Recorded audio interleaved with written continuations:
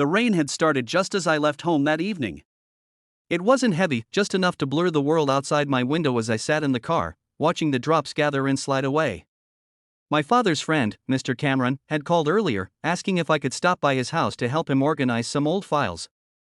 His tone had been warm, almost fatherly, yet there was something about the invitation that lingered in my mind long after the call ended. My father trusted Cameron more than most people. They had been close since college, and growing up, I often saw him around our house. He'd bring gifts on birthdays, ask about school, and tell stories about his travels that always left me wide-eyed. As I got older, those stories changed, less about places, more about people, loss, and quiet solitude. Cameron lived alone after his divorce. He never remarried, and though he smiled easily, there was always something restrained behind his eyes, like a secret he didn't want to share. When I reached his house that night, the gate was slightly open. A single light glowed through the living room window, casting soft golden lines across the wet pavement. I hesitated before stepping inside. The smell of old books and freshly brewed coffee greeted me, familiar and comforting. Cameron appeared from the hallway, his sleeves rolled up, a faint smile curving his lips. "You came," he said. "I wasn't sure you'd remember." "I said I would," I replied, trying to sound casual. "You needed help with something, right?" He nodded and gestured toward the study. "Just some old papers. My back's not what it used to be." I followed him down the corridor. The air felt different here, quieter, thicker somehow. The walls were lined with framed photographs of his younger days, college events, hiking trips, faces frozen in time. He noticed me looking. "Strange how fast it all passes," he said softly. "You blink, and suddenly you're the only one left in the pictures." I smiled politely, unsure what to say. There was a calm melancholy in his voice that I had never noticed before. Inside the study, the smell of paper and dust hung in the air. Stacks of folders lay on the desk, half open, their contents spilling onto the floor. I began sorting through them as he talked about my father, about work, about how different things were when they were our age. He spoke slowly, thoughtfully, as if measuring every word. After a while, he stopped speaking and just watched me. I felt it before I looked up, the weight of his gaze. When I finally met his eyes, there was something unreadable there. Not discomfort exactly, but intensity, quiet and deliberate. I looked away first. "You've grown up a lot," he said after a pause. "Your father would be proud." The compliment caught me off guard. I guess so." He smiled faintly. "You remind me of him. The same way of thinking before speaking. The same silence when you're uncertain." I busied myself with another pile of papers to hide the flush on my face. The clock on the wall ticked louder than before. The rain had stopped outside, but the quiet it left behind felt heavier. After an hour or so, the work was done. Cameron poured 2 cups of tea and handed me one. "You've done enough. Sit for a while," he said. We sat across from each other, the dim light from a nearby lamp softening the lines of his face. The conversation drifted from the trivial to the personal. He asked about my plans, my struggles, the kind of questions that reached deeper than small talk. His tone wasn't probing, just patient, almost protective. When I mentioned feeling unsure about where I was heading in life, he leaned forward slightly. "It's all right to be uncertain," he said. "Sometimes what we think is confusion is just the beginning of understanding ourselves." Something about the way he said it lingered, echoing long after the words had faded. I realized how different this moment felt, how strangely intimate it was, sitting here with him, sharing silence that didn't demand to be filled. He stood and glanced toward the hallway. "Come," he said quietly. "There's something I want to show you. It's in the other room." I followed him, unsure why my heart had started beating faster. The corridor was darker now, the lights dimmed, shadows stretching long across the floor. He walked ahead, his footsteps slow and deliberate. As he reached for the door at the end of the hall, I hesitated for a breath. There was no reason to fear, and yet something in me stirred, a strange blend of curiosity and unease. Then he pushed the door open, and the darkness inside seemed to wait for us both. The door creaked as Mr. Cameron pushed it open. The room beyond was dim, its single lamp casting a cone of yellow light over a cluttered desk.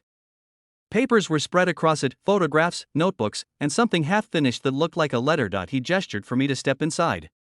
"I come here when I need to think," he said quietly.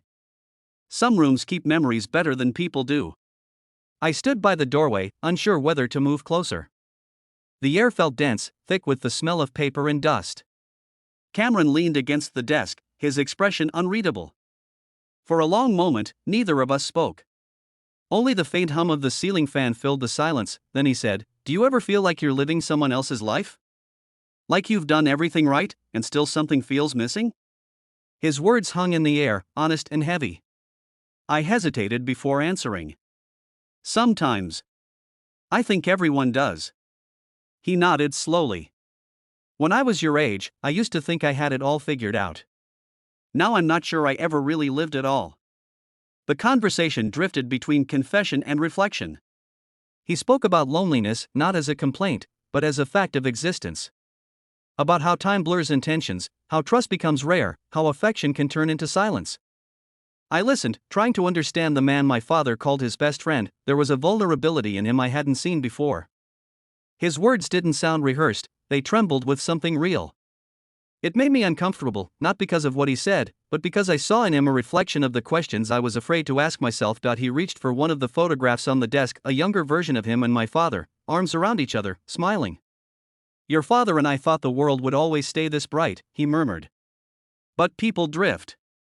You learn to live with shadows." The silence that followed pressed against the room like a heartbeat. I found myself saying, "You're not as alone as you think. You still have him. You have me." He looked up sharply, as if my words startled him. "Do I?" he asked, his voice barely above a whisper. Something in his tone, fragile, searching, made me take a step back. I realized then how far the evening had carried us from where it began. What started as a simple visit had become something else, something neither of us had intended. The warmth between us had turned uncertain, blurred by unspoken emotion. "I should probably go," I said finally. "It's getting late." Cameron looked at me for a long moment before nodding. "You're right," he said softly.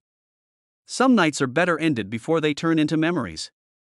As I turned to leave, he added, "You remind me that honesty still exists. Don't lose that, no matter what life gives you." The words stopped me in the doorway. I looked back at him, and for the first time, he seemed small, like a man standing in the ruins of his own choices. Outside, the night had deepened. The rain had started again, gentler this time, tapping against the pavement. I walked toward the gate, each step pulling me further from the house but not from the thoughts it left behind. In the car, I sat for a while before starting the engine. The streetlights shimmered through the rain, blurring into streaks of gold. My reflection stared back from the window, older, maybe, or simply more aware. I didn't know how to name what had happened between us. It wasn't friendship anymore, and it wasn't something I could explain. It was a collision of loneliness, kindness, and misunderstanding. As the car pulled away, I caught one last glimpse of the house in the rearview mirror.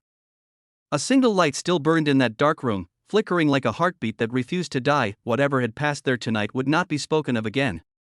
But it would linger quietly, like the rain, reminding me how fragile the line between comfort and danger could be. The morning after felt heavier than I expected. The sunlight poured through the curtains, bright and unforgiving, as though the world outside knew what I had done. I lay awake long before anyone else, staring at the ceiling, my heart caught between two tides. One pulled me back toward the life I was supposed to be living, stable, respectable, untouched by secrets. The other dragged me deeper into the memory of his presence, his touch, the way he had looked at me like I was the only person in existence. That I told myself it was a mistake, that it couldn't happen again. I repeated it in my head like a prayer. But even as I whispered those words to myself, a part of me longed for it to happen all over again. The conflict twisted inside me, guilt colliding with desire in a way that left me restless, unsteady, unsure of who I was anymore. When I saw him again, days later, I felt my resolve melt before I even had the chance to use it. He didn't say much at first, but the silence between us was different now. It was fuller, heavier, charged with all the things we hadn't spoken. My chest tightened as he glanced at me, as though he was asking without words if I regretted it. The truth was complicated. I regretted the betrayal, but I couldn't regret how alive I had felt. Not after years of being numbed, we found ourselves together again, as though fate itself conspired to place us in the same space. It started innocently, the way it always did, with words and laughter. But it never stayed innocent for long. One moment of closeness led to another, until I was once again standing at the edge I had promised myself I would never return to. This time, the guilt arrived sooner. Even as my heart raced and my body leaned toward him, I could hear the echo of my husband's voice in my mind. could see the life I was risking. I thought of what it would mean if anyone found out, if my secret slipped into the open. The shame would destroy me. The trust would be shattered beyond repair. And yet, in that moment, none of it felt as real as the warmth of the man standing before me. The nights grew longer. Sometimes I would lie awake, replaying everything in my mind. The way his laughter filled the silence. The way his presence lifted the weight off my chest. Other times, I would bury my face in the pillow, wishing I could undo it all, erase the choices that had led me here. But when the morning came, I always knew I would let it happen again. The pull was too strong that I noticed myself changing in small ways. I smiled more when he was around. I dressed with more care, as though subconsciously preparing for him to see me. My heart betrayed me in the simplest gestures, reaching for a plate at the same time as he did, lingering a second too long when our hands touched. I lived in two worlds now, one of duty and silence, the other of hidden fire and forbidden closeness. The weight of the secret began to press on me harder than I had expected. In conversations with my husband, I stumbled over my words, afraid he would see through me, afraid that the guilt in my eyes would give everything away. At family dinners, I avoided certain glances, terrified someone else might notice the unspoken connection, but fear wasn't enough to stop me. The truth was, I didn't want to stop.